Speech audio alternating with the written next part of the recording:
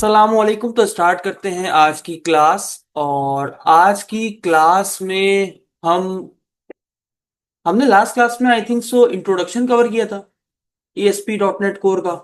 नहीं, आ, हाँ, data passing सीखी थी। तो आज भी हम डेटा पासिंग टेक्निक्स ही सीखने जा रहे हैं। तो वो थोड़ा ज्यादा हो गया था पिछली क्लास में, मतलब हमने थोड़ा सा आगे का पढ़ लिया, लेकिन बेसिक पढ़ना चाहिए था। तो उस बेसिक को यहाँ पर कवर कर लेंगे, कोई इतना बड़ा इशू नहीं है। आपको वो दोबारा से उस टॉपिक को ओवरव्यू भी दोबारा दे देंगे। तो प्रोजेक्ट बनाने का तरीका निहायत ही आसान, आप जानते हैं sir. C#, Windows and then कौन सी ऐप, वेब ऐप। और हमने कहा था कि हम ASP.NET कोर का कौन सा प्रोजेक्ट सिलेक्ट करेंगे, MVC वाला, यानी मॉडल व्यू कंट्रोलर वाला। नेक्स्ट करेंगे, और प्रोजेक्ट का नाम आप यहां से सिलेक्ट कर सकते हैं। नेक्स्ट करेंगे, ज्यादा टाइम नहीं लेता। .NET फ्रेमवर्क आप बताएंगे जो आपने सिलेक्ट करना है। आपके घर में अगर 9 है, 10 है, जो भी आप है, वो आप इस्तेमाल कीजिए। मैंने प्रोजेक्ट क्रिएट किया, मेरा सिंपली प्रोजेक्ट क्रिएट हो चुका है। मैंने आपसे एक बात कही थी, हमेशा याद रखिएगा, जब भी .NET कोर का प्रोजेक्ट बनाएं, पहले उसे रन करके चेक कर लें कि आपका प्रोजेक्ट सही तरीके से रन हो रहा है या नहीं। बाद में ना चले दुख ज्यादा होगा, बेहतर है अभी चेक कर लो। तो HTTP क्लिक किया। मैंने ये भी बताया था कि अगर आपको किसी ब्राउजर पे चलाना है तो आप यहां से आके ब्राउजर सेलेक्ट कर सकते हैं, वेब ब्राउजर के ऑप्शन में आके चूज कर सकते हैं। HTTPS के ऊपर क्लिक किया। हम hyper text transfer protocol secure layer का इस्तेमाल कर रहे हैं ताकि हमारी वेब सिक्योर रहे। और बस कुछ ही मिनट का वेट है, तो आप आ सकते हैं। यहां पर ये कह रहा है क्या आप SSL सर्टिफिकेट को, अपने कनेक्शन को ट्रस्ट करते हैं। बिल्कुल करते हैं सर, यस। तो मैंने बोला इंस्टॉल कर दो, सर्टिफिकेट इंस्टॉल कर दो। जैसे ही इंस्टॉल हो जाएगा, मेरा प्रोजेक्ट सिंपली रन हो जाएगा। और कुछ इस तरीके से आपकी स्क्रीन पे आपको दिखेगा। बहुत बेसिक सा काम है, कुछ भी ऐसा हमने इसमें किया नहीं जो आपको मुश्किल लगे। प्रोजेक्ट बंद कर दीजिए। अगर कभी आपसे ये सोल्यूशन एक्सप्लोरर यानी ये प्रोजेक्ट की तमाम कॉन्फ़िगरेशंस मिस हो जाती हैं, बंद हो जाती हैं, घबराना नहीं है। प्रोजेक्ट व्यू में आना है, यहाँ पर सोल्यूशन एक्सप्लोरर का ऑप्शन होता है, यहाँ सेलेक्ट कीजिए, वापस वहां आ जाएगी। तो ऐसा नहीं कि घबरा गया भाई सर ये क्या हो गया वो क्या हो गया, मैं ये चीज फजूल ना सुन। तो यहाँ पर आ गए, ये प्रोजेक्ट के बारे में हम पढ़ चुके हैं कि इसका फोल्डर स्ट्रक्चर क्या होता है, कौन सी फाइल्स कहाँ होती है। बाकायदा स्लोली स्लोली मैंने आपको लेक्चर्स में पूरा विजिट करवाया था कि कौन सी फाइल कैसे काम करती है, राउटिंग कैसे काम करती है। याद आ रहा है ना आपको। तो सबसे पहले चलते हैं कंट्रोलर में। कंट्रोलर्स में क्या होती हैं, कंट्रोलर्स में क्या होते हैं, C# की क्लासेस होती हैं सर, इसके अलावा कुछ भी नहीं होता। तो बाय डिफॉल्ट हमारे पास .NET हमें किस नाम से कंट्रोलर बना के देता है, होम कंट्रोलर के नाम से। हमने इस कंट्रोलर को खोल लिया। अब देखने में थोड़ा ज्यादा कोड लगता है, इसीलिए बच्चे थोड़ा सा घबरा जाते हैं। तो आप सारा कोड हटा दो, कोई मसला नहीं है। सारा कोड हटा दो, कोई मसला नहीं है। इसमें कोई हैरानकुन वाली बात नहीं है। आप सिंपल ये क्लास छोड़ दो बस, डन। आज की क्लास में हम सीखने जा रहे हैं डेटा पासिंग टेक्निक्स, यानी हम कैसे कंट्रोलर से अपने व्यू में डेटा यानी HTML पेज में डेटा भेज सकते हैं। यानी हमारे इस कंट्रोलर से हम कैसे डेटा को व्यू में भेज पाएंगे।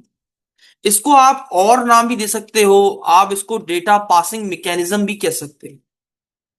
ये आपके ऊपर है सर कि आप इसे क्या कंसीडर करना चाहते हो। आज की क्लास में हम सीखने क्या जा रहे हैं, बताइए। हम ये सीखने जा रहे हैं कि किस तरीके से हम अपने कंट्रोलर से डेटा अपने व्यू यानी HTML पेज पे भेज सकते हैं। आज की क्लास में सर हम सीखने क्या जा रहे हैं कि किस तरीके से हम अपने कंट्रोलर से डेटा अपने HTML पेज पे भेज सकते हैं। तो हमारे पास कई सारे तरीके हैं डेटा को पास करने के, उनमें से पहला तरीका है व्यू डेटा। दूसरा तरीका अगर मैं आपके साथ शेयर करूं तो दूसरा है व्यू बैग। तीसरा है हमारे पास टेम्प डेटा। और चौथा है हमारे पास जो मैंने लास्ट क्लास में पढ़ाया, मॉडल बाइंडिंग। इन तरीकों का इस्तेमाल करके हम अपने डेटा को क्या कर सकते हैं, डेटा को पास कर सकते हैं फ्रॉम कंट्रोलर टू व्यू। बोलिए ना साथ साथ, ताकि मुझे समझ में आए कि आप कोशिश कर रहे हैं। ये वो डेटा पासिंग टेक्निक्स हैं जिनका इस्तेमाल करके हम अपने कंट्रोलर से अपने व्यू में डेटा को भेज सकते। कोई मुश्किल बात नहीं है। अब हमें कंट्रोलर से डेटा भेजना है, कहां पर भेजना है, व्यू। तो हम क्या बनाते हैं, एक्शंस यानी मेथड बनाते हैं। मेथड बनाते हैं ना, कैसे, पब्लिक, कौन सी ऐसी टाइप है जो हमें व्यू रिटर्न करती है, आई एक्शन रिजल्ट। हमने बोला एक पब्लिक मेथड बना रहा हूं जिसकी टाइप आई एक्शन रिजल्ट होगी। इस मेथड का नाम होगा फॉर एग्जांपल इंडेक्स। इंडेक्स यानी मैं अपने पेज का नाम रख रहा हूं, होम पेज आप कंसीडर कर लो। चूंकि मेथड है तो पैरेंथेसिस लाजमी आएंगे, ये मैंने बना दिया। ये एरर दे रहा है, क्या कह रहा है, एरर पढ़ लो, एरर पढ़ लो। होम कंट्रोलर में जो इंडेक्स मेथड है वो not all code paths return a value. आपने यहां पर डिफाइन किया हुआ कि इसकी टाइप क्या है, आई एक्शन रिजल्ट, जो कि बदले में आपसे क्या मांगती है, आई एक्शन रिजल्ट आपसे बदले में क्या मांगता है। सुनो सर, घबरा गए। स्ट्रिंग बदले में क्या मांगेगा, स्ट्रिंग। इंटीजर बदले में क्या मांगेगा, तो आई एक्शन रिजल्ट बदले में क्या मांगता है, व्यू। तो वो कह रहा है यहां पर व्यू रिटर्न नहीं हो रहा, इसलिए मैं एरर दे रहा हूं। मेरी बात समझ में आई। तो कह रहा है रिटर्न कर दो, रिटर्न क्या कर दो, एक अदद व्यू को रिटर्न कर दो। जैसे ही लिखा एरर, चला गया, कोई बड़ी बात नहीं। By default, by default home controller का जो इंडेक्स मेथड होता है वो पहले से बना हुआ होता है, तो इसीलिए इसका पहले से व्यू भी बना हुआ रखा हुआ होगा, ये देख लो, इंडेक्स के नाम से। अगर आप बोलते हैं तो मैं अलग से कंट्रोलर में काम करके दिखा देता हूं, अगर आप बोलते हैं सर इसी में हमें समझ में आ रहा है तो हम इसी में कंटिन्यू करते हैं। जी, जी बताइए, इसी में कंटिन्यू करूं या अलग से कंट्रोलर बना के दोबारा से काम कंटिन्यू करूं, इसी में करूं, ठीक है। अब बाय डिफॉल्ट डॉट नेट हमें जैसे कंट्रोलर बना के देता है, ऐसे ही हमें व्यू भी बनाकर देता है, इंडेक्स और प्राइवेसी, यानी इसका व्यू बना हुआ होगा। अगर तुम चेक करना चाहते हो ना कि सर वाकई इसका व्यू बना हुआ है, तो इस मेथड पे आके राइट क्लिक करो और यहां तक गो टू व्यू का ऑप्शन होता है, क्लिक करो, वो अपने व्यू में अगर उसका व्यू होगा खुद ही ले जाए। देखा, वो खुद लेकर आ गया, मैं लेकर आया हूं, खुद आया है, वहां लेकर आया है।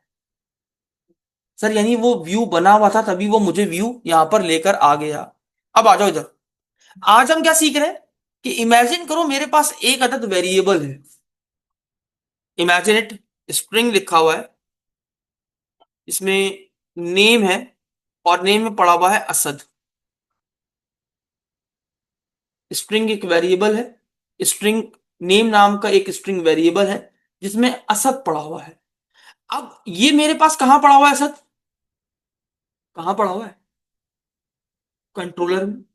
मुझे इस नेम नामी डेटा नेम नामी वेरिएबल जिसमें असद पड़ा हुआ है, मुझे इस नेम को अपने इंडेक्स पेज पे यहां पर शो करवाना, इस H1 के अंदर शो करवाना है। सिंपल सी बात कर रहा हूं, कोई इतनी बड़ी लंबी चौड़ी कहानी नहीं सुना रहा हूं, मेरी बात को समझिएगा।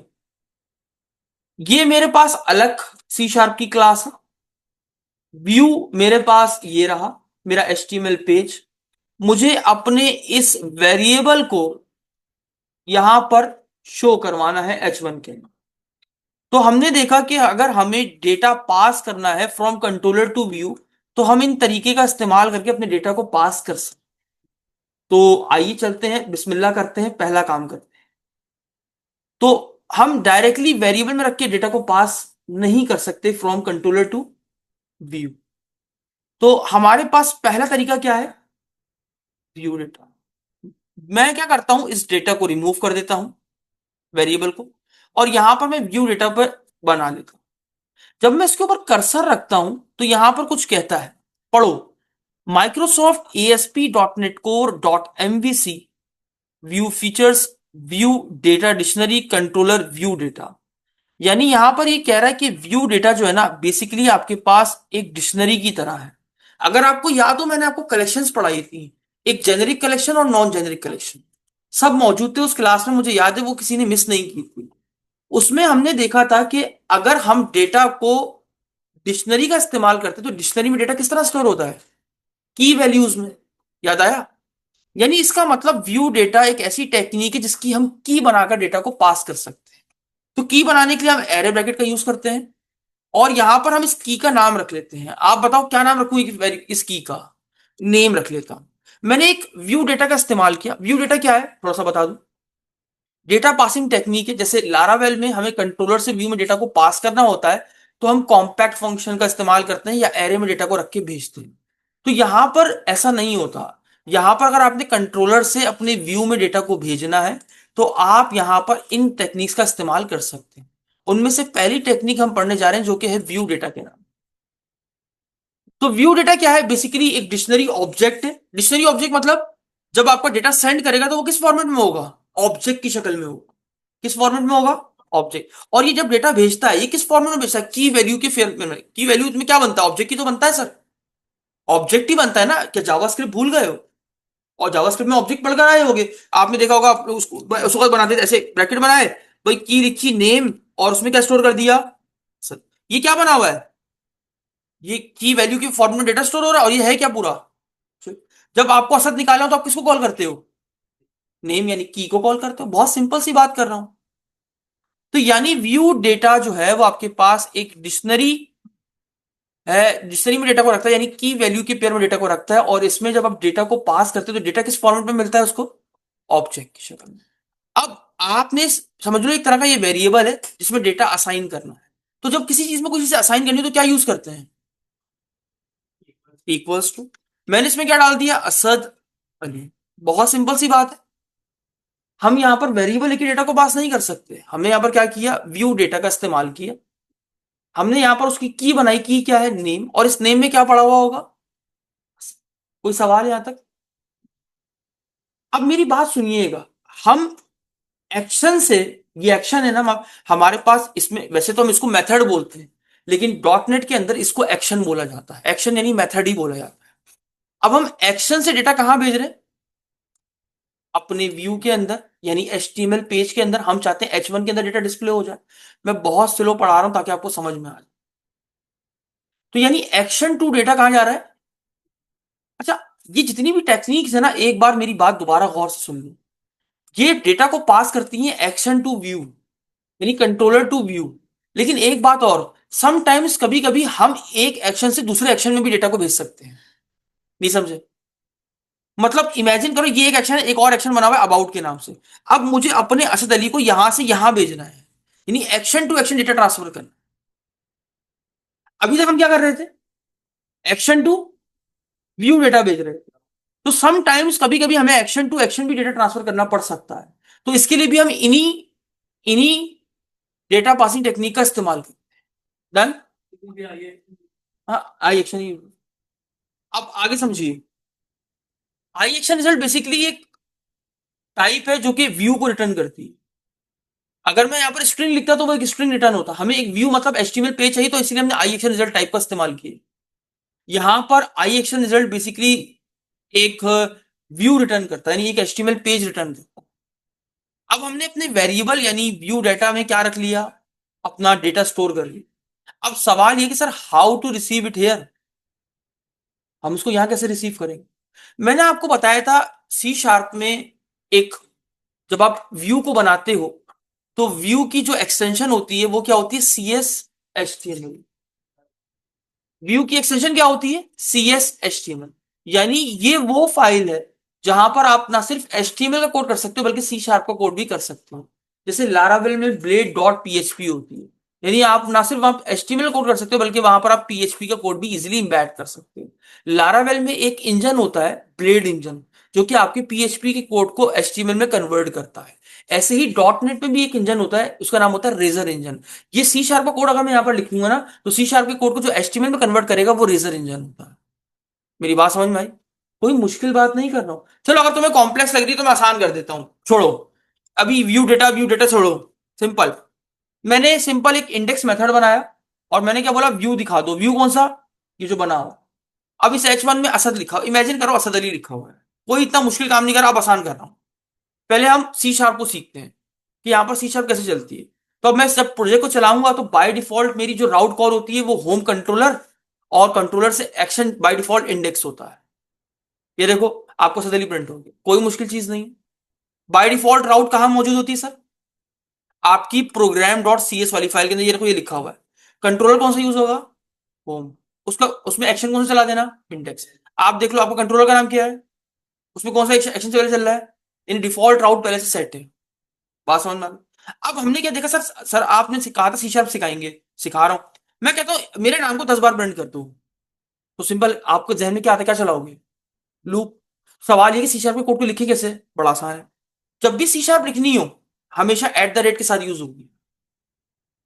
अगर आपने व्यू के अंदर सी शार्प को इस्तेमाल करना है तो आप उसको एट द रेट के साथ ही लिखेंगे। सिंपल, मैंने लिखा फॉर का लूप चला दो, बहुत बेसिक कोड लिख रहा हूं भाई। इंटीजर आई चले इस 1 से कहां तक? आई चले लेस देन इक्वल टू 10 तक। आई प्लस प्लस, ये ब्रैकेट खोला ब्रैकेट बंद हो गया। Done sir. अब आपने क्या करना है, किसको प्रिंट करना है? असद अली को। तो आपने, अच्छा इसमें आप डायरेक्टली एचटीएमएल लिख सकते हो। क्या लिख सकते हो? एचटीएमएल लिख सकते हो। मेरी बात को दोबारा सुनिएगा।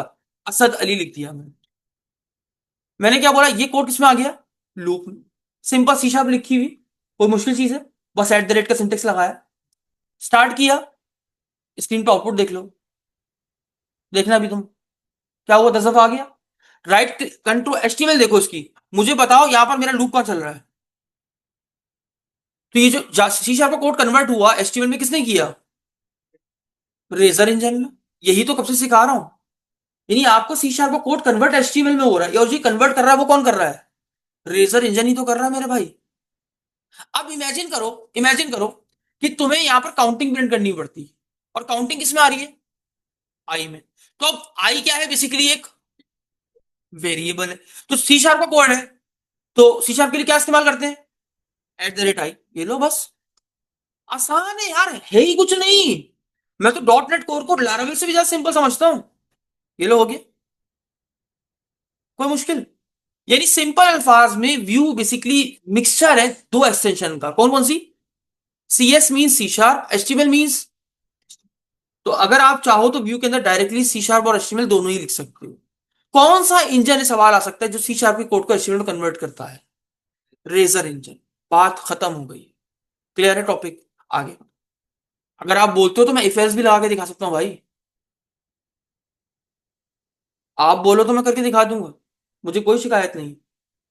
देखो, एट द रेट नेम। अब देखो, मुझे multiple line of C sharp लिखनी है, तो आप एट द रेट का इस्तेमाल हर लाइन में करोगे, बेवकूफ नहीं कहलाओगे। Multiple line of C sharp लिखनी है तो एट द रेट ओपन करके ऐसे ब्लॉक में डाल दो। डाल दिया। एक वेरिएबल बना रहा हूं स्ट्रिंग करके, इसमें नेम होगा, नेम में क्या पड़ा हुआ है? असद अली। डन। कोई मुश्किल है क्या यार? अब लॉजिक लगानी है। एट द रेट इफ अगरचे मेरे नाम में असद है, असद अली दिख रहा है अगर आप, तो H1 का कलर, H1 से यहां पर इंटेलिजेंस नहीं आती, हिंट नहीं आती HTML की, पहले बता दूं। पूरा पूरा आपने खुद लिखना पड़ेगा। वो मैं आपको बाद में सिखाऊंगा कि मैं कैसे फास्ट काम करता हूं, वो मैं आपको बाद में सिखाऊंगा। तो मैंने क्या बोला, यहां पर लिखना you are welcome, you welcome, बस यू वेलकम दिखा दो। एल्स वरना क्या दिखा दो? H1 में क्या दिखा दो? सॉरी, CSS लगाना चाह रहे हो लगा लो भाई। स्टाइल कलर कर दो येलो, कलर कर दो रेड। That's it. अब वेरिएबल में नाम में असद अली मौजूद है, कंडीशन ट्रू हो रही है, क्या आएगा? यू आर वेलकम या यू वेलकम, जो भी है वो लिखा हुआ टेक्स्ट आपको दिख जाएगा। सिंपल सी शार्प लिखी हुई बेसिक वाली, आ रहा है? अब यहां पर मैं कर दूं असद, क्या मेरा नाम में जो असद अली है वो असद से मैच कर रहा है? तो आंसर क्या आएगा? सॉरी, देखिए सामने आपके कोड। कोई मुश्किल है क्या सी शार्प को लिखना? अच्छा आओ देखो, कंट्रोल यू करो, कहां इफ एल्स दिख रहा है? तो बैकएंड का कोड थोड़ी दिखता है। बात समझ में आई? तो जो आपके सी शार्प को कोड कन्वर्ट किसने किया? बस इतना इतना काफी है आपके लिए। आई होप आप समझ गए होगे। नहीं समझ में आया तो मैं कुछ नहीं कर सकता, इससे ज्यादा इजी नहीं समझा सकता। Single line of C sharp लिखनी तो आप क्या इस्तेमाल करोगे? और अगर multiple line of C sharp का कोड लिखना है तो क्या? एट द रेट करके पूरे ब्लॉक लगा दो और उसमें जितनी लाइन का सी शार्प का कोड लिखना है वो आप इजीली लिख सकते हो। बाय डिफॉल्ट इन्होंने खुद भी ऐसे ही लिखा हुआ। ठीक है, अब आ जाओ इधर। अब हम क्या सीख रहे थे कि अगर हमें डेटा एक्शन से कहां पास करना है? व्यू। तो हमने यहां पर किसका इस्तेमाल किया? व्यू डेटा का। व्यू डेटा बेसिकली एक डिक्शनरी ऑब्जेक्ट है जो कि की वैल्यू में डेटा को स्टोर करता है और ऑब्जेक्ट की शक्ल में डेटा को स्टोर करता है। मेरी दो बातें समझ में आई? व्यू डेटा क्या है? एक डिक्शनरी ऑब्जेक्ट है जो कि डेटा को की वैल्यू के पेयर में, की वैल्यू पेयर के फॉर्मेट में स्टोर करता है। अब प्रॉब्लम क्या है? अब जब आप डेटा यहां पर रिसीव करोगे, अच्छा गौर से सुनना मेरी बात, आप अपने ही एक्शन से उसी के व्यू पे भेज रहे हो। ये इसी एक्शन का व्यू बना हुआ है। राइट क्लिक करो, गो टू व्यू करो, ये देखो, देखा? तो अपने ही एक्शन के अपने ही व्यू पे डेटा को आप भेज रहे हो। अभी आप ये नहीं कर रहे हो कि अपना एक्शन है और व्यू कोई और है। अभी इंडेक्स का ही व्यू है। अगर मैं अबाउट की व्यू की बात करता तो वो एक अलग चीज होती। मैं अपने ही एक्शन से अपने ही व्यू पे डेटा को भेज रहा हूं। ये बातें थोड़ी इंपॉर्टेंट है। तो मैंने क्या किया? मेरा डेटा किसमें पड़ा हुआ है? View data name. मैंने कंट्रोल सी किया, यहां पर आया H1 में प्रिंट करना है, सी शार्प लिखनी, क्या करूं? एट द रेट पास कर दिया। कर दिया। सिंपल मिला के मैंने क्या बोला? व्यू डेटा में जो भी नेम है वो यहां पर डिस्प्ले कर दो। स्टार्ट करूं प्रोजेक्ट को। अब वहां पर नाम तुमने पास कर दिया था, यहां पर प्रिंट हो जाना चाहिए। आओ देखें।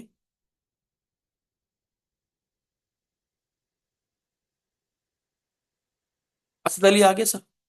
हाँ या ना? कोई मुश्किल है क्या? नहीं सर, डेटा हमारा वहां पर पास हो गया। नहीं हुआ क्या? हो गया या नहीं हुआ? हो गया। तो अभी किसी का कोई सवाल जो इसमें नहीं समझ, अभी मैं इसमें एक और चीज दिखाऊंगा। तो बताइए कोई सवाल जो आपको समझ में ना आया। मैंने अभी अपने ही एक्शन से कहां भेजा है? अपने ही व्यू में भेजा है, किसी और के व्यू में नहीं भेजा है दोस्तों। अपने ही एक्शन से अपने ही व्यू में भेजा है।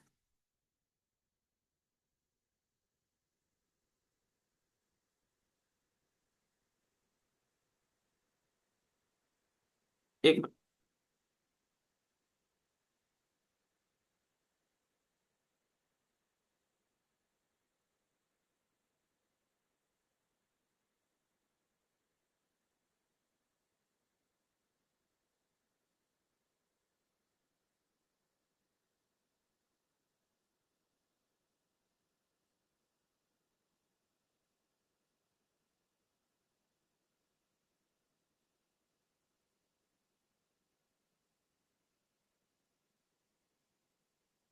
अच्छा भाई, अब यहां तक समझ में आ गया। अब थोड़ा सा कॉम्प्लेक्स करूं? करूंगा। इमेजिन इट, मेरे पास एक और व्यू डेटा है जिसमें मैं एज को स्टोर कर रहा हूं, असद अली। कोई सवाल? हाँ है ना? नहीं। तो ये मैंने यहां पर क्या कर दिया? एज को स्टोर कर दिया। सॉरी गलत लिख दी। एज को स्टोर कर दिया सर। अब मेरे मुताबिक इस नेम में किस तरह का डेटा पड़ा हुआ है? स्ट्रिंग। इसमें किस तरह का पड़ा हुआ है? लेकिन हमने ये सुना था कि जब भी डेटा पास होता है तो वो किस फॉर्मेट में होता है? हाँ, ऑब्जेक्ट के फॉर्मेट में ऑब्जेक्ट होता है ना। तो हमने यहां पर क्या किया? H1 को एक और बार प्रिंट किया, ये देखिएगा। यहां पर हमने एज को भी प्रिंट कर लिया। हमने क्या बोला? अब एज को भी यहां पर दिखा दो। मैंने स्टार्ट किया, दोबारा से रन किया प्रोजेक्ट, देखिएगा तुम्हारे सामने। मैं आपके सामने कर रहा हूं जो चीज कर रहा हूं ताकि प्रॉपर आपको समझ में आए कि हम कर क्या रहे हैं। एज डिस्प्ले हो रही है। हाँ या ना? अब आपको ऐसा लग रहा होगा ये जो एज आ रही है ये इंटीजर में आ रही है। आया, और मुझे भी लग रहा है। मुझे भी लग रहा है क्योंकि हमने वहां से क्या पास किया था? तो अब मैं इंटीजर में इंटीजर सम कर सकता हूं। इज इट पॉसिबल और नॉट? तो मैंने बोला 5 असद की एज और बढ़ा दूं। क्या मैंने गलत किया? मैंने कोई गलत काम किया? नहीं, मैंने बिल्कुल सही किया। जब मैंने इसमें 5 को ऐड किया तो क्या होगा? ओह, ये क्या हो गया? वहां से तुमने इंटीजर भेजा था, यहां पर तो डेटा समझ से ही बाहर हो गया। मेरी बात समझ में आ रही है आप लोग? मैंने आपको बताया था ना, व्यू डेटा बेसिकली क्या है? एक डिक्शनरी ऑब्जेक्ट है जो कि डेटा को किस वैल्यू किस फॉर्मेट पे रखता है, की वैल्यू के फॉर्म में। और जब ये डेटा को पास करता है तो उसका फॉर्मेट क्या होता है, ऑब्जेक्ट होता है। तो अब प्रॉब्लम ये है कि आपको यहां पर रिसीव क्या हुआ, ऑब्जेक्ट। अब प्रॉब्लम ये है, हमें यहां पर इसको ये देखो माउस, हमें चाहिए था एक इंटीजर। तो प्रॉब्लम ये है कि जब आप व्यू डेटा से डेटा को पास करते हो तो वो ऑब्जेक्ट सेंड करता है। तो मसला ये है कि आपको उस टाइप के अंदर आंसर मिलता ही नहीं जिस टाइप में आपको चाहिए। तो आपको मैन्युअली, अब आपको ये जो डेटा आ रहा है इसको आपको कन्वर्ट करना पड़ेगा किसके अंदर, इंटीजर के अंदर। तो अब आपको जो भी रिसीव हुआ आपको कन्वर्ट करना है किसी और टाइप के अंदर। तो जब आप एक टाइप से दूसरी टाइप में जाते हैं इस कॉन्सेप्ट को क्या बोलते हैं, टाइप कास्टिंग। ये हम सी शार्प में पढ़कर आए हैं, काफी डिटेल में पढ़कर आए थे, याद होगा आप लोग को। चैनल पे लिंक मौजूद है, आप सी शार्प सीरीज जाके देख सकते हैं। तो अब प्रॉब्लम ये है कि हमें जो व्यू एज रिसीव हुई वो किस टाइप की है, बेसिकली ऑब्जेक्ट टाइप। हमें से किस में कन्वर्ट करना है, इंटीजर। तो हमने यहां पर लगाया और हमने बोला इसको किस में कन्वर्ट कर दो, इंटीजर। अब ये एरर दे रहा है, कह रहा है इनवैलिड एक्सप्रेशन टर्म इंटीजर, आप उसको इस तरीके से कन्वर्ट नहीं कर सकते। तो फिर हम इसको किस तरीके से कन्वर्ट कर सकते हैं सर, आइए मैं आपको बता देता हूँ किस तरीके से कन्वर्ट करते हैं। कोई इतना मुश्किल टॉपिक नहीं है इसको इंटीजर में कन्वर्ट करना। तो मैं क्या करता हूं, मैं पहले इस पूरे को हटाता हूं और मैं इस पूरे व्यू डेटा को मैं यहाँ पर कन्वर्ट कवर कर लेता हूँ इसके अंदर ब्रैकेट के, और यहां पर मैं लगा लेता हूँ इंटीजर। स्टिल एरर दे रहा है, क्यों एरर दे रहा है भाई, देना तो नहीं चाहिए वैसे इसको, देना तो नहीं चाहिए, क्यों दे रहा है भाई, बताइए क्या गलत कर रहा हूँ, क्या गलत कर रहा हूँ। बड़ा आसान सवाल है भाई, कुछ भी नहीं सर, आप ये गलती कर रहे हैं, आप दोनों बातों को अलग कर रहे हैं। आपको ये उठाना चाहिए था, आपने इसको इसमें डाला ब्रैकेट में, यह बात समझ, आपने इसको कन्वर्ट करना चाहिए था इंटीजर के अंदर, कर दिया, एरर चला गया। मैंने यहां पर क्या किया देखिए, मैंने क्या बोला, मेरे पास जो भी एज आ रही है इस एज को टाइप कास्ट करो किसके अंदर, और जो भी आंसर आएगा, ये दिस इज आल्सो इंटीजर, ये तो एक नंबर ही है, और इसमें क्या कर देना, सम कर देना। अब देखते हैं क्या टाइप कास्ट हुआ या नहीं हुआ, आंसर देख के पता चलेगा। तो 27 + 5, यानी इसका मतलब ये है कि जब हम व्यू डाटा के थ्रू डेटा को पास करते हैं तो वो एज अ ऑब्जेक्ट हमें रिसीव होता है। तो प्रॉब्लम ये है कि आपको इसके अंदर मैन्युअली डेटा की टाइप कास्टिंग करनी पड़ती है। मेरी बात समझ में आ गई, मतलब अगर आपको फर्दर आगे कुछ काम करना है तो आपको टाइप कास्टिंग करनी पड़ेगी। ऐसा नहीं है कि आपने एक नंबर भेज दिया और आप समझो वहां पर मैं फर्दर कैलकुलेशन के लिए उसको इस्तेमाल कर सकता हूं, तो ये आपकी गलत थिंकिंग है। तो आपको उसको मैन्युअली क्या करना पड़ेगा, टाइपकास्ट करना पड़ेगा। यहां से किसी बच्चे का कोई सवाल तो मुझसे पूछ ले। पहला दोबारा करते, व्हाट इज व्यू डेटा, एक डेटा पासिंग टेक्निक है जो कि डेटा को डिक्शनरी फॉर्मेट यानी की वैल्यू के अंदर डेटा को भेजती है। इनका इस्तेमाल कभी कभी एक्शन टू व्यू डेटा को भेजने के लिए यूज किया था, या कभी कभी एक्शन टू एक्शन डेटा को भेजने के लिए किया था। व्यू डेटा का मसला यह है कि व्यू डेटा टाइपकास्ट नहीं करता मैन्युअली खुद से, ऑटोमेटिकली खुद से। प्रॉब्लम यह कि व्यू डेटा डेटा को सेंड करता है तो वो ऑब्जेक्ट के फॉर्मेट में होता है और हमें इसको मैन्युअली टाइपकास्ट करना पड़ता है, जैसा मैंने आपको करके दिखाया। मेरी बात समझ में आ गई। अब हम एक काम करते हैं, थोड़ा कॉम्प्लेक्स करते हैं। अभी मैंने आपको क्या कहा था कि हम अपने ही एक्शन से अपने ही व्यू में डेटा को भेज रहे हैं। अब मैं यहां पर एक काम करता हूं, एक और अलग से एक्शन बना लेता हूं, तुम्हारे सामने बना रहा हूं, public I action result about. अब यहां पर हमने क्या किया, एक अबाउट का क्या बना लिया, एक और एक्शन बना लिया। अब इसका व्यू तो एग्जिस्ट नहीं करता क्योंकि हमने बनाया ही, सी शार्प बाय डिफॉल्ट थोड़ी बना के देता है। अब आपको बनाना है, बड़ा आसान है। इस मेथड पे आके राइट क्लिक करो, यहां पर ऐड व्यू का ऑप्शन होगा, आ रहा है, रेजर व्यू, ऐड कर दो। यहां पर आप अपने व्यू का नाम वही रखो जो आपने मेथड का नाम रखा है, रख लिया, बाय डिफॉल्ट खुद ही रखा हुआ हो। उसके बाद आप ऐड के बटन पे क्लिक कर दो, सी शार्प बाय डिफॉल्ट आपके व्यू के फोल्डर में उसको खुद ही बना देगा, और बनाने के बाद आप देखिएगा व्यू बनकर आपके सामने आ जाएगा।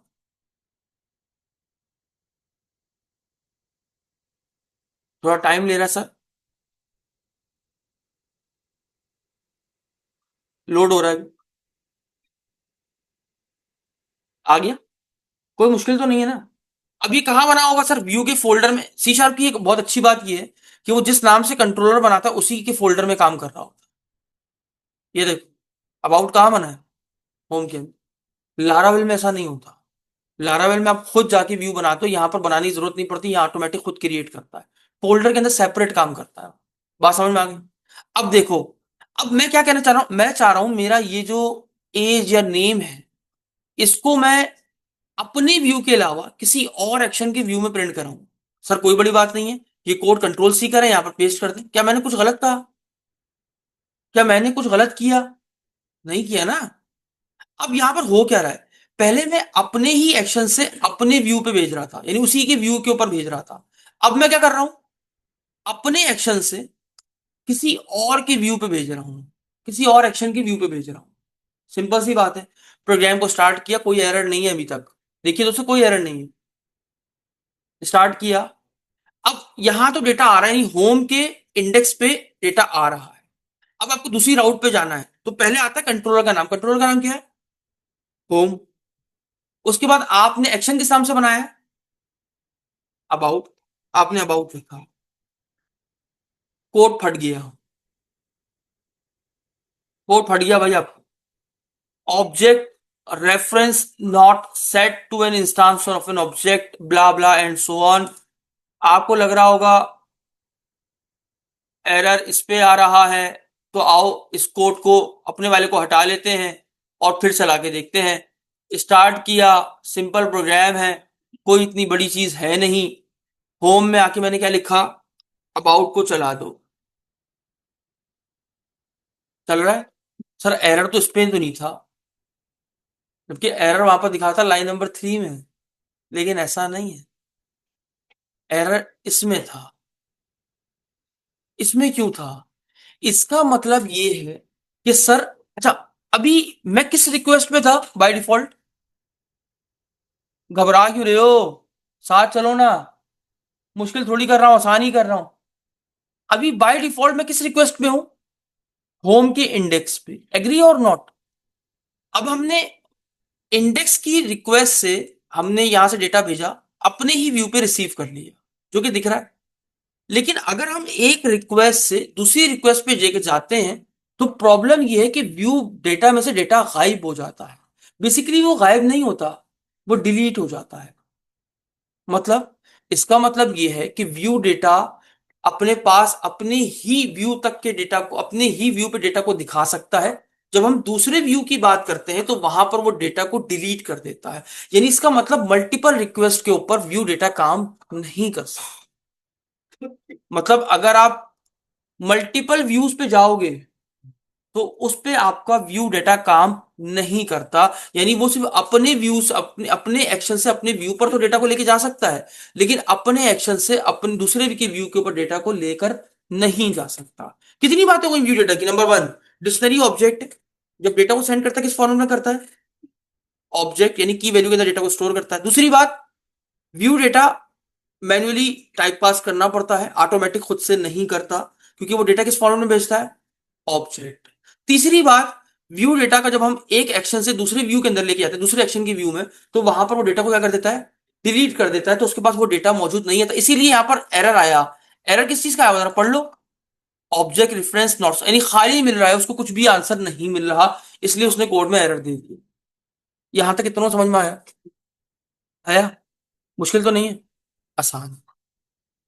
अब हम आते हैं, व्यू डेटा का काम हमें समझ में आ गया। अब हम आते हैं व्यू बैक के ऊपर। देखो लाइन से चलेंगे, समझेंगे, एक एक चीज समझेंगे सर, कौन सी चीज कहां मसला कर रही है, कौन सी चीज कहां फायदा दे रही, सब देखेंगे आज।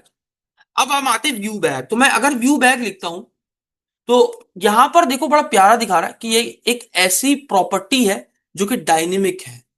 डायनेमिक मतलब ऐसी प्रॉपर्टी जो हर किस्म के डेटा को हैंडल कर सकती है। आओ देखते हैं।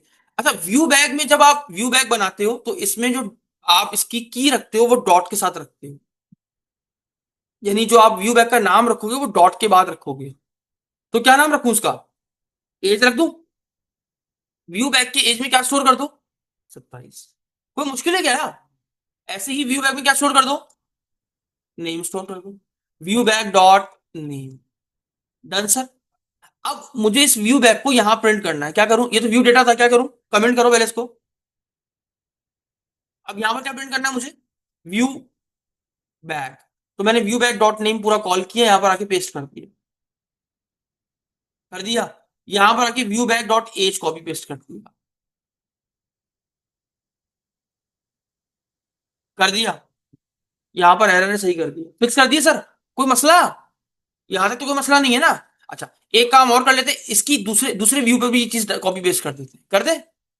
ये अपना व्यू है? नहीं, ये किसका व्यू है? एक अलग एक्शन का अपना व्यू है। हमने क्या किया, हमने दो वेरिएबल्स बनाए जिसमें हम डेटा पास कर रहे हैं फ्रॉम एक्शन टू व्यू। हमने यहाँ वेरिएबल बनाया और अपने ही व्यू में यहाँ पर उसको रिसीव किया, ना सिर्फ अपने में बल्कि दूसरे के व्यू में भी रिसीव कर लिया। प्रोजेक्ट चलाएंगे सर बिस्मिल्लाह करके, कोई मसला नहीं है, एरर आएगा देखेंगे। चला, और जबरदस्त सर। यहाँ पर 27 ही क्यों आ रहा है भाई, मैंने क्या गलती कर दी? सॉरी, यहाँ पर देखिए असद अली लिखने के बजाय मैंने यहाँ पर 27 ही लिख डाला। रिफ्रेश करेंगे, ये देखिए हो गया। तो अल्हम्दुलिल्लाह हमने अपने एक्शन से जब व्यू बैग में डेटा भेजा तो वो इजीली रिसीव वो नहीं हुआ। अच्छा, अब मैं, मेरा दिल कर रहा है मैं इसको चेक करूं कि यार क्या मैं इसमें प्लस का 5 कर सकता हूं या नहीं। वही वाली चीज जो हमने किसी साथ ट्राई की थी, व्यू डाटा के साथ। पेज को हॉट रिलोड किया, ये क्या हुआ? बंद करते हैं और दोबारा से स्टार्ट कर।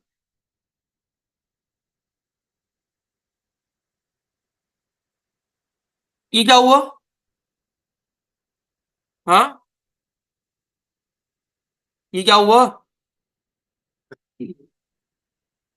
यानी ये क्या कर रहा है? ये भी कन्वर्ट नहीं कर रहा?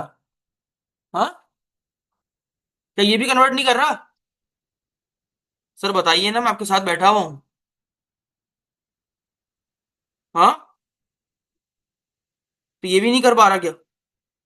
नहीं कर पा रहा, ऐसा आपको लग रहा है या मुझे लग रहा है? असल में वो कंफ्यूज है इसको लेके, वो इसको एक वैल्यू समझ ही नहीं रहा, वो समझ रहा है बीच में कॉन्केटिनेशन हो रही है।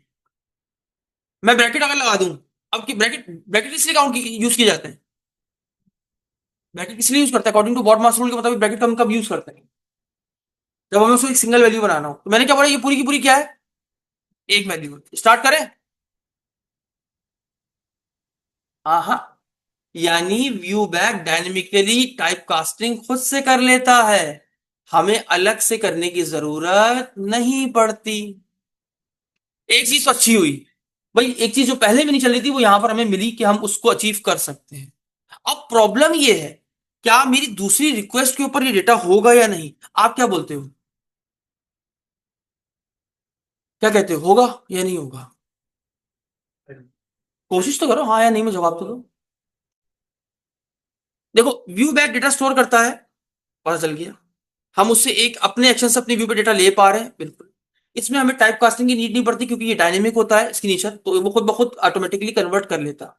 एक फायदा तो हुआ कि लंबी चौड़ी कहानी नहीं करनी पड़ी। अब सवाल ये, क्या वो मल्टीपल रिक्वेस्ट पे डेटा को रख सकता है या नहीं?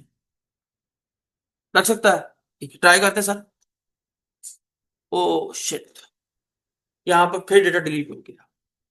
यानी इसका मतलब हम व्यू बैक के जरिए भी मल्टीपल रिक्वेस्ट पे डेटा को हैंडल नहीं कर सकते। Bad luck. चलो, कोई बात नहीं, समझ में आ रहा है ना सर? अब हम तीसरी चीज पढ़ेंगे सर, क्योंकि हमारा काम इससे भी नहीं हो रहा। अच्छा, दोनों में फर्क समझ में आया? व्यू बैक और व्यू डेटा में क्या फर्क है? व्यू बैक डायनेमिकली टाइपकास्ट हो जाता है, जबकि व्यू डेटा आपको मैन्युअली करना पड़ता है। जबकि दोनों ही डेटा को, एक्शन टू व्यू डेटा को पास कर सकते हैं, लेकिन एक्शन के दूसरे दूसरे एक्शन के दूसरे व्यू में पास, क्योंकि वो डेटा को क्या कर देते, बीच में ही डिलीट कर देते। Good good, I like it. अब हम आते, तीसरी चीज क्या थी हमारे पास? क्या है? घबराओ नहीं प्लीज यार, मैं जान मार रहा हूं आप लोग के साथ कि डॉट नेट समझ में आ जाए। अच्छा, डॉट नेट में जब टाइम डेटा लिखो, देखो आगे डेफिनेशन आ रही है, क्या लिखा हुआ है, इसका मतलब ये भी एक डिक्शनरी ऑब्जेक्ट है। ऐसा मुझे लग रहा है, आपको भी लग रहा है? हाँ, लिखा हुआ तो है सर। तो यानी इसका मतलब ये भी डेटा किस फॉर्मेट में रखेगा? शाबाश। तो मैंने की बना दी, नेम, और नेम क्या डाल दिया, असद अली। अदर इधर फोकस करो, ठीक है। कंट्रोल सी कंट्रोल वी, यहां पर स्टोर कर रहा हूं एज, और ये डाल दी 27। सर वही काम किया जो मैंने पहले किया है, कुछ नया किया हो? नहीं, हाँ बस व्यू बैक की जगह टाइम डेटा आ गया है। अब सर क्या करें? सर इसका भी आंसर लेकर आएंगे और क्या करेंगे? तो अब हमें इसको अपने व्यू पे दिखाना है, क्या करूं? सर यहाँ आएंगे और यहाँ पर एट द रेट के साथ टाइम डेटा पास कर देंगे। सेम एग्जैक्टली सर इसको भी कर देंगे, कोई इतनी बड़ी चीज नहीं है, कोई इतनी मुश्किल चीज नहीं है, ये भी हमने पास कर दिया। अब हम मल्टीपल रिक्वेस्ट में जो डेटा को ट्रांसफर कर रहे हैं ना सर, तो वो काम भी लगे हाथ कर लेते हैं। कर दिया सर। स्टार्ट करेंगे, बिस्मिल्लाह करेंगे कि भाई टाइम डेटा से डेटा पास हुआ या नहीं हुआ, हमारे अपनी व्यू पे भी आया है कि नहीं आया। अल्हम्दुलिल्लाह अपने व्यू पे आ रहा है। दूसरी चीज हम क्या चेक करते हैं? नहीं वो तो बाद में हम देखते हैं, उससे पहले हम क्या देख रहे थे? टाइप कास्टिंग होती भी है या नहीं होती, या ये भी वैसे ही फारिग है? तो हमने क्या बोला, एज में जमा कर दो 5 का। अब पेज को बार बार बंद करके खोलने से बेहतर है हॉट रीलोड कर लो। एरर आ गया भाई, क्या कह रहा है? अरे सॉरी यार, गलती हो गई, मैंने एरर दिखाया नहीं है आपको। माउस रखो, यहां पर एरर आ रहा है वैसे भी। क्या कह रहा है? Operator plus can not be applied to operands of type object and integer. यानी हमें टाइम डेटा भी किस तरह डेटा फॉर्मेट करता है? एज अ ऑब्जेक्ट भेज रहा है। तो अब हम क्या करें? टाइप कास्टिंग करके देखते हैं सर, पता नहीं हमारी किस्मत ऐसी है। हो गया क्या? हो गया? अभी तक तो कोई एरर नहीं आ रहा सर, पता नहीं आएगा कि नहीं आएगा। और प्लस का 5 नहीं हो पाया फिर से, क्यों भाई? क्या गलती कर दी हमने कहीं? हाँ ना, हम कहाँ काम करे बैठ गए? अबाउट में। बस देखो तो सही, हमने क्या काम कर लिया? अबाउट। सॉरी, पेज को सही कर लेते हैं, रिफ्रेश हॉट रीलोड किया, परफेक्ट। और रिपीट करते हैं। व्यू डेटा का इस्तेमाल किया, डिक्शनरी ऑब्जेक्ट यानी डेटा को की वैल्यू में रखता है। प्रॉब्लम ये है कि टाइप कास्ट नहीं कर सकता, मैन्युअली करना पड़ता है, कर लिया। अपनी रिक्वेस्ट से दूसरी रिक्वेस्ट पे जाने पर डेटा को डिलीट करता है। व्यू बैक की बात करें तो बड़ा जबरदस्त चीज है, ये भी अपने एक्शन से व्यू डेटा को पास कर सकता है, किसी और रिक्वेस्ट में डेटा को डिलीट कर देता है। लेकिन इसका फायदा यह था कि इसमें हमें टाइप कास्ट करने की जरूरत नहीं। अब टेम्प डेटा की बात करें तो टेम्प डेटा भी डेटा को अपने एक्शन से व्यू पे लेके जा रहा है, जैसा हमने देखा। लेकिन इसको भी टाइप कास्टिंग की जरूरत पड़ती है, क्योंकि ये ऑब्जेक्ट रिटर्न करता है, तो ऑब्जेक्ट के वक्त आपको डेटा की टाइप कास्टिंग नीड हो जाए। अब दूसरा क्या, आखिरी काम क्या है? क्या ये दूसरी रिक्वेस्ट, इसको व्यू नहीं बोलो, मजा नहीं आ रहा, रिक्वेस्ट बोलो तो अच्छा लगेगा। क्योंकि आपने होम पहले इंडेक्स की रिक्वेस्ट मारी, फिर होम अबाउट की रिक्वेस्ट होती है सर। अब देखते हैं क्या होम के अबाउट पे मिलता है कुछ नया, नहीं मिलता? मिलेगा? मिलेगा नहीं मिलेगा? मिलेगा भाई, कह रहे मिलेगा, तो चेक करते हैं। डेटा फिर नहीं मिला, फिर खाली चला गया। ना ना ना, ऐसा नहीं होता। टेम डेटा मल्टीपल रिक्वेस्ट हैंडल कर सकता है, तो की क्यों नहीं? इसीलिए नहीं की, क्योंकि जब आपने टेम डेटा यहां से लिया, तो टेम डेटा को बताना पड़ता है कि अपनी रिक्वेस्ट के बाद भी डेटा को रखो। तो उसके लिए यूज करते हैं टेम डेटा का एक मेथड है डॉट कीप। क्या है कीप का मेथड? उसको बताना पड़ेगा कि डेटा को रखो, छोड़ना मत, डिलीट नहीं कर देना। अब देखते हैं क्या होता है, पता नहीं अब होगा कि नहीं होगा, देखने वाली बात होगी सर। देखते हैं सर। स्लैश हैंस प्रूफ्ड, इसका मतलब हम टेम डेटा से मल्टीपल रिक्वेस्ट पे डेटा को लेके जा सकते हैं, लेकिन शर्त क्या है कि जिससे हम जा रहे होंगे उस पे हमें डेटा को कीप करना पड़ेगा। इमेजिन करो एक और व्यू होता, इमेजिन करो तीसरा व्यू है कॉन्टेक्ट के नाम से। कोई मुश्किल कर रहा हूं काम तो बता दो, अगर घबरा रहे हो तो बता दो। कॉन्टेक्ट, अब इसका व्यू बना हुआ होगा? नहीं, देखो करके देख लो, ऐड गो व्यू, नहीं है। बना ले सर, कोई बड़ी बात है, राइट क्लिक ऐड व्यू और रिजर्व व्यू ऐड, और बना दो बस। थोड़ा सा टाइम लेगा, बन जाएगा। इसके लिए इंटरनेट की रिक्वायरमेंट नहीं होती, ये अपने आप सब कुछ इंस्टॉल करके रखता है, खुद ही बना देता है। ठीक है, तो व्यू बन रहा है सर। अब सवाल ये है मेरा कि जब मैं होम से, मेरा सवाल सुनिएगा प्लीज, हाँ। जब मैं होम से इंडेक्स से डेटा लेके गया अबाउट में, तो मैंने इसको मेंटेन रखा। मेरा सवाल ये कि अब मैं अबाउट से कांटेक्ट में जाऊंगा तो क्या डेटा वहां मिलेगा ये वाला या नहीं मिलेगा? ये वाला डेटा अब यहां मिलेगा नहीं मिलेगा? आइए समझते हैं, मजेदार टॉपिक है ना। तो ट्राई करते हैं sir, let's try. Sir by default अपने व्यू में तो डेटा रिक्वेस्ट में डेटा मेंटेन है। होम से अबाउट में गए और हमने जाने से पहले उसको क्या बता दी थी, क्या कर देना?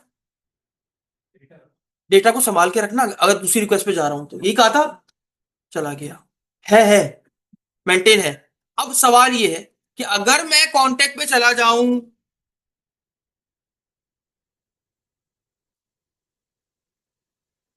डेटा लॉस हो गया, क्योंकि हमने अबाउट पे उसको देख लिया। उसके बाद जब हम तीसरी रिक्वेस्ट पे गए तो वहां पर वो डेटा को डिलीट कर दी। अच्छा एक और चीज, हाँ बड़ी मजेदार, ये भी बड़ी मजेदार, ये भी वीडियो में नहीं मिलेगी किसी की, जब मैं करने जा रहा हूं। अगर मैं बाय डिफॉल्ट होम इंडेक्स पे हूं और मैं कहता हूं अब होम कांटेक्ट पे डायरेक्ट जाओ, अबाउट पे ना जाओ, क्या डेटा होगा? क्या डेटा होगा या नहीं होगा? सर अपने पास से जब ये जा रहा है तो क्या कीप को रख रहा है? कीप तो रखा हुआ है ना सर, जब अपने पास से जा रहा है, अब वो किसी भी रिक्वेस्ट पे जाए तो कीप तो रख के लेके जा रहा है, यानी दूसरी रिक्वेस्ट पे तो डेटा को रखेगा। किसी भी तुमने बताया नहीं ना, अभी भी नहीं किया। ये क्या हुआ? नहीं, क्यों नहीं किया, रीजन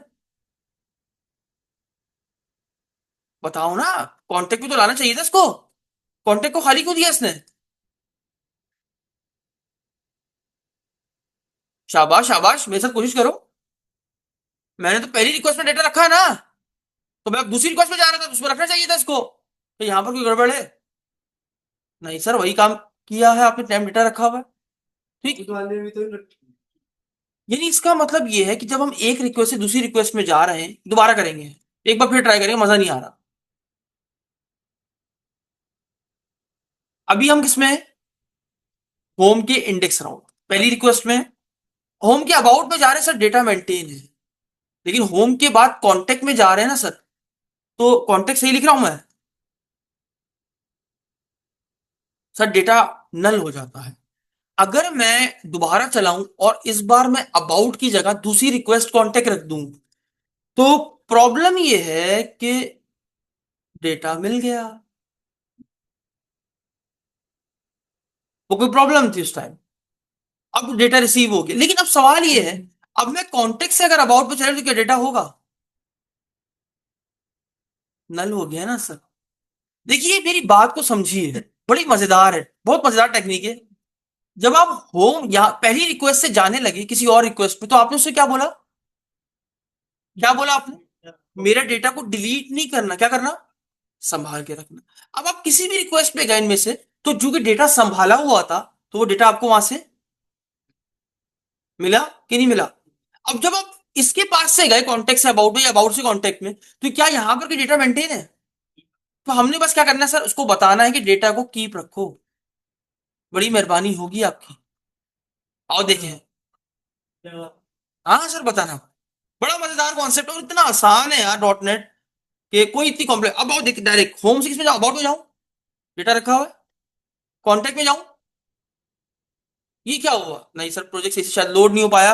असल में सर्वर यहाँ पर बंद नहीं करता, तो इसलिए रीलोड नहीं हो पाता। कोई बात नहीं, घबराने की नीड नहीं है, डेटा आएगा सर, अपने पे ट्रस्ट होना चाहिए। होम के अबाउट पे गए, डेटा रखा हुआ है, होम के कॉन्टेक्ट पे गए, फिर खाली आ रहा है। क्यों आ रहा है भाई? क्या हुआ? क्या हुआ? बताओ ना। कोई गलती कर रहा हूं? कोई गलती कर रहा हूं यहां पर? बताइए, मैंने कोई गलती कर दी? शाबाश बताओ ना। यार अब मैं इतनी मेहनत करके आपको सिखा रहा हूं, तो आपका काम है थोड़ी हेल्प तो करो। हाँ, मैंने बोला भाई अब यहाँ रखा तो वहां भी रख लो, मैंने और क्या बोला? मैंने कोई और बात करी उससे तीसरी बात करी क्या? तो या इसने हमें कांटेक्ट पे रिलीज क्यों कर दिया? टाइम डेटा को बरकरार रखता ना सर, उसने वहां क्यों छोड़ दिया? मल्टीपल रिक्वेस्ट पे डेटा को हैंडल करता, क्यों नहीं किया? क्या सर हमने एक्स्ट्रा कीप यहाँ पर लगा दिया है, इसकी वजह से मसला आ रहा है? आओ चेक कर लेते हैं इसका भी। स्टार्ट किया सर, और ट्राई करते, लेट्स ट्राई। कभी कभी सर्वर इश्यूज भी आ जाते हैं। अबाउट में गए, मेंटेन है, या मैं नाम गलत लिख रहा हूँ शायद।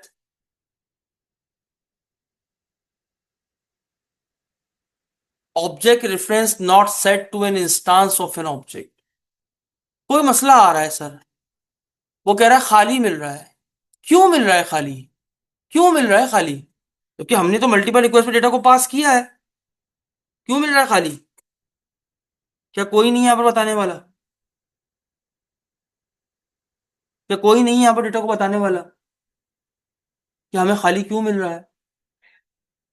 चलो, आप नहीं बता रहे, कोई बात नहीं। हम एक काम करेंगे सर, गूगल खोलेंगे। तो टेम्प डेटा हम पढ़ेंगे गूगल से, इन C#। अगर आप नहीं बता रहे हो तो मैं इसका इस्तेमाल करूंगा, वेबसाइट्स का। और पढ़ते हैं सर यहाँ पर। कहता है इस आर्टिकल में ये है, ये है।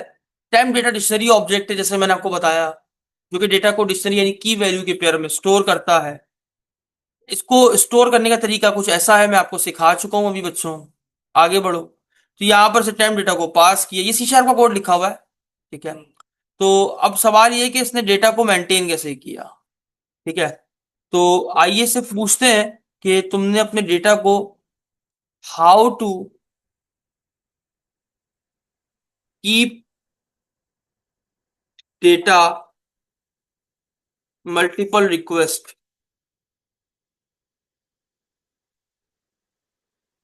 तो ये देखिए सर, मैं अपने पास से नहीं लाया था मेथड, ये इसका अपना ही है, आपको दिख भी रहा है।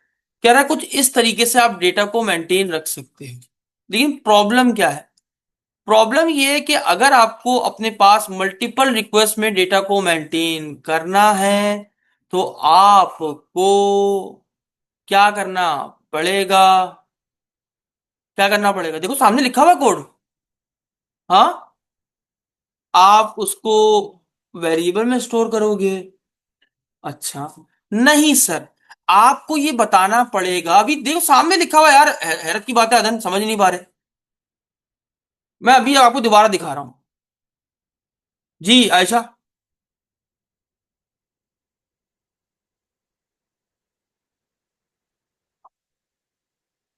क्या? ये वाली? देखो, प्रॉब्लम ये है, मेरी बात सुनिए। जब हम टेम्प डेटा से मल्टीपल रिक्वेस्ट में जाते हैं, चाहे वो व्यू बैग हो, व्यू डेटा हो या टेम्प डेटा हो, तीनों ही डेटा को डिलीट कर देते हैं।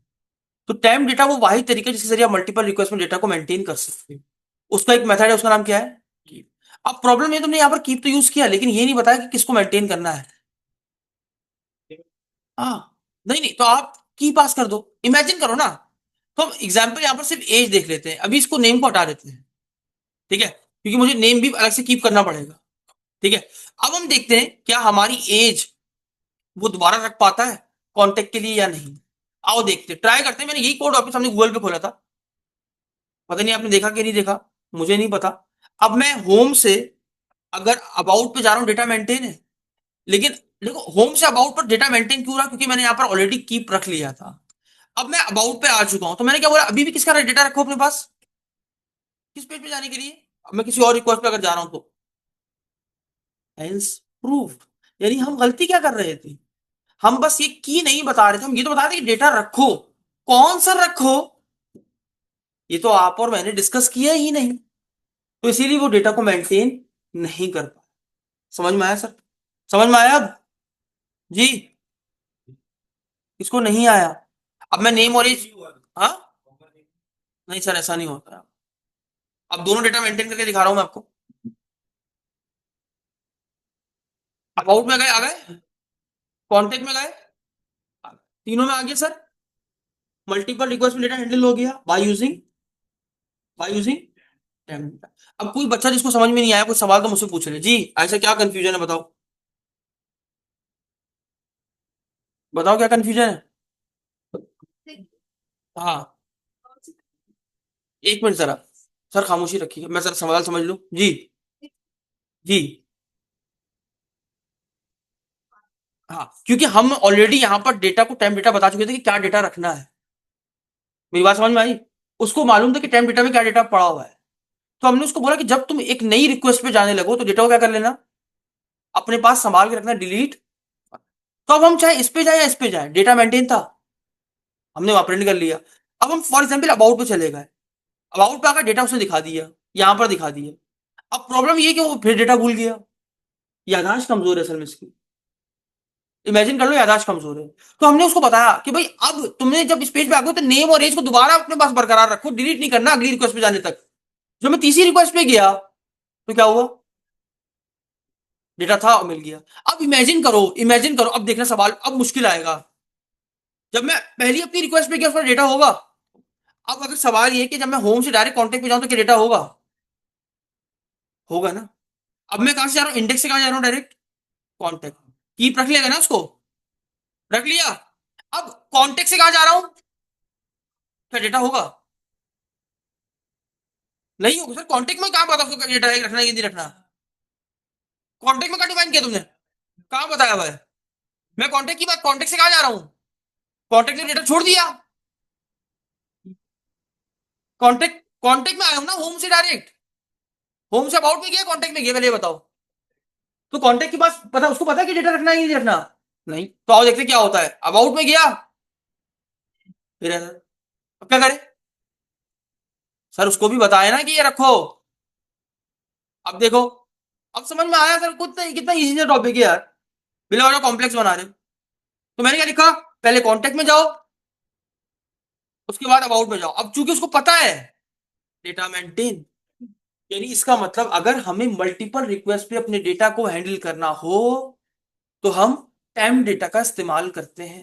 रिक्वेस्ट पे डेटा चेंज करना, जैसे हमने 27 पेज थी तो फिर हमने ऐड करवा दिया। हाँ सर ये भी कर लीजिए, कोई मसला नहीं है।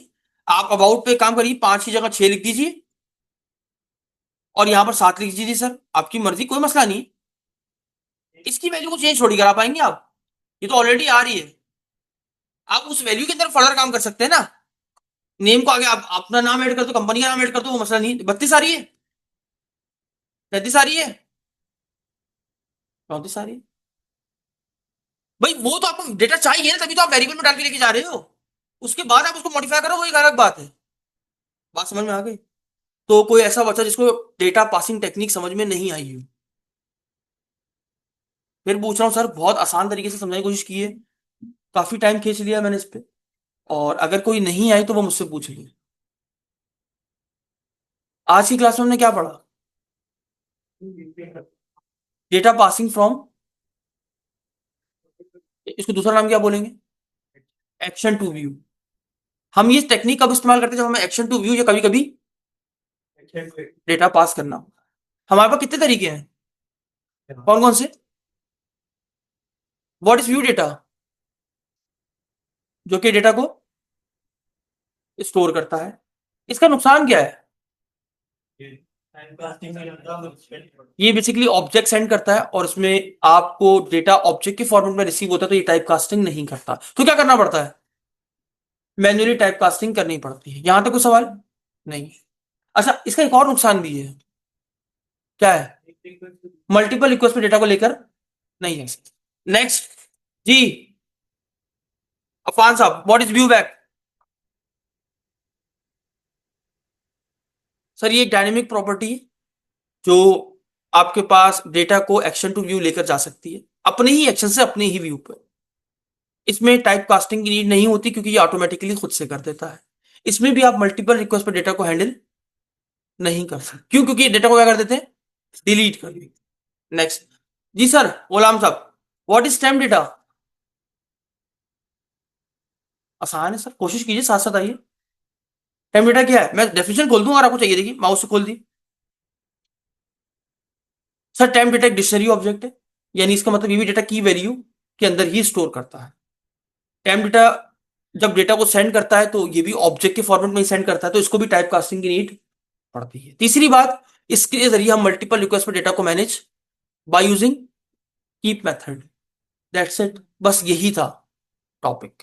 कोई सवाल यहां पर जिसको समझ में नहीं आया हो, ऐसा कोई बच्चा जिसको समझ में ना आया हो, जी ऐसे समझ में आ गया, जी साजिद, जी हसन, जी सर लास्ट में समझ में आ गया जी, फजील जी,